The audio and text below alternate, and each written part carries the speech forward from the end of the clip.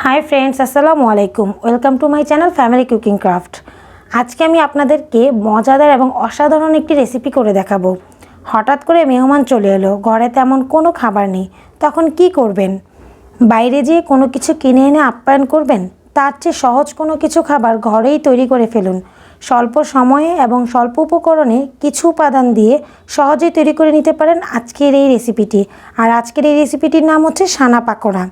তাহলে চলুন দর্শক জেনে নেওয়া যাক মুচমুচে সানা পাকোড়ার রেসিপিটি। প্রথমেই আমি একটি পাত্রে পেঁয়াজ কুচি দিয়ে দিব। আর আমি এখানে বড় সাইজের 4টে পেঁয়াজ কুচি করে নিয়েছি। দিয়ে দিব 4টে বড় সাইজের কাঁচামরিচ কুচি।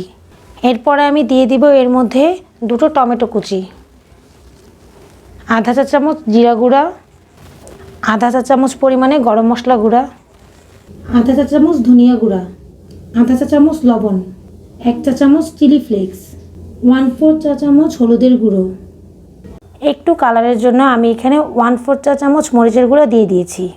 প্রায় ছোট একটা বাটির আধা বাটির মতো আমি এখানে ধনিয়া পাতা কুচি করে নিয়েছি। আমি এখানে ধনিয়া পাতাটা একটু বেশি করে দিয়েছি। এখন আমি এর মধ্যে 2 টেবিল চামচ বেসন দিয়ে দিব। বেসনের সাথে আমি এখানে আরও 1.5 টেবিল চামচ পরিমাণের ময়দা দিয়ে দিব। আপনারা চাইলে এখানে আটাটাও ইউজ করতে পারেন। সবশেষে আমি এর মধ্যে দিয়ে দিব আধা চা চামচ পরিমাণের চিনি। এখন আমি সবগুলো উপকরণকে মিশিয়ে নিব।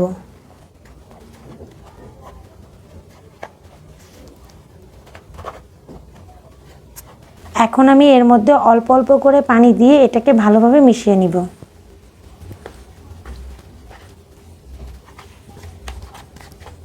মিশ্রণটা যাতে বেশি পাতলা না হয়ে যায় তাই আমি এখানে অল্প অল্প করে পানিটা ব্যবহার করেছি।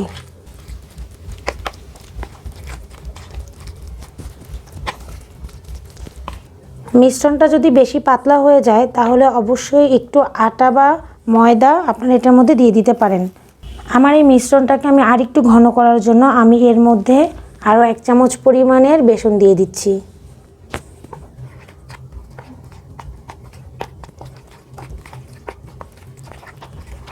খুব সহজে এবং খুব তাড়াতাড়ি এই পাকোড়াটা তৈরি করা যায়, তাই আপনারা যে কোনো সময়ে বিকেলের নাস্তায় অথবা কোনো অতিথি আপ্যায়নে খুব তাড়াতাড়ি ঝটপট নাস্তাটা তৈরি করে দিতে পারেন।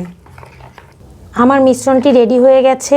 আমার মিশ্রণটি ঠিক এরকম ঘনত্বের হয়েছে আর এটা পারফেক্ট ঘনত্ব। মিশ্রণটি যাতে পাতলা না হয় সেদিকে অবশ্যই খেয়াল রাখতে হবে। আর মিশ্রণটি যদি পাতলা হয়ে যায় তাহলে পাকোড়াটা একদমই ভালো হবে না এবং চুলায় দেওয়ার সাথে সাথে এটা ছড়িয়ে পড়বে। আমি এখন একটি কড়াইয়ে তেল দিয়ে নিয়েছি পরিমাণ মতো। আমি এখানে অল্প তেলে এটাকে ভেজে নিব। আপনারা চাইলে এটাকে ডিপ ফ্রাইও করতে পারেন। আমি এখানে তেলটাকে পুরোপুরি গরম করে নিব না। তেলটা যখন হালকা গরম হবে তখন আমি এর মধ্যে পাকোড়াগুলোকে দিয়ে দিব। আমি এখানে একটি চামিচের সাহায্যে এরকম করে নিয়ে এরপরে আমি তেলের মধ্যে দিয়ে দিব।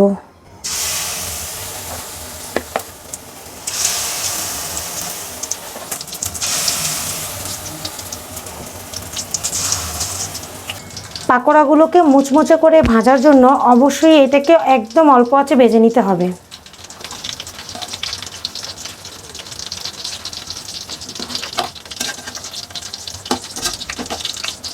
কালারটা যখন এরকম হয়ে আসবে তখন আমি এগুলোকে উল্টে নিব।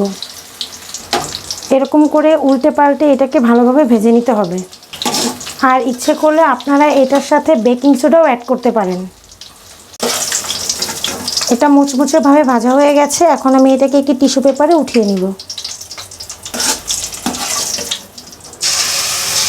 এখন যে বাকিগুলো আছে আমি সেগুলোকেও ঠিক একইভাবে ভেজে নিব। ব্যাস তৈরি হয়ে গেল আমাদের মুচমুচে সানা পাকোড়া।